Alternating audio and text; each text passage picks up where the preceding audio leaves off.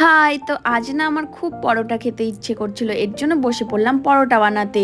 আর এরপরে ময়দার মধ্যে দিয়ে দিলাম নুন, এবার এটাকে নেড়ে চেড়ে এটার মধ্যে জল দিয়ে এটাকে মাখতে হবে। আর আজকে না আমি ফার্স্ট টাইম পরোটা বানাচ্ছি, এর আগে কোনোদিনও বানাইনি, তাও আবার ইউটিউব দেখে বানাতে এসেছি। তো কোনো রকমের ভুল হলে তোমরা কোনো কিছু মনে করো না। আর আমি এখন নতুন নতুন কুকিং শিখছি। আর এই দেখতেই পাচ্ছ যে আমার আটা মাখা হয়ে গেছে, তাহলে চলো লেচিগুলো কেটে নিই। আর দেখো আমি সমস্ত লেচিগুলো কেটে নিয়েছি।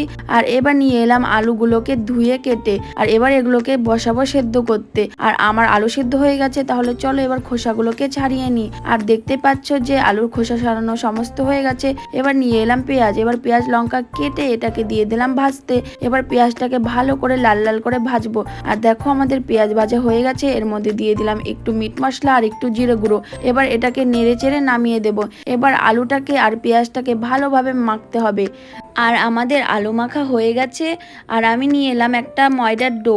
এবার এটার মধ্যে পুরটাকে ভরে এটাকে বেলতে হবে। আর আমার না খুব ভয় লাগছে, তার কারণ আমি একদমই বেলতে পারি না, জানি না কোন দেশের ম্যাপ বানিয়ে ফেলবো। তো ভয়ে ভয়ে একটা বেলেই ফেললাম। দেখো একদম টেরা বেঁকা তো হয়নি আর একদম গোলও হয়নি। তাহলে চলো এরকম করে সবগুলো আমি বেলে ফেলি।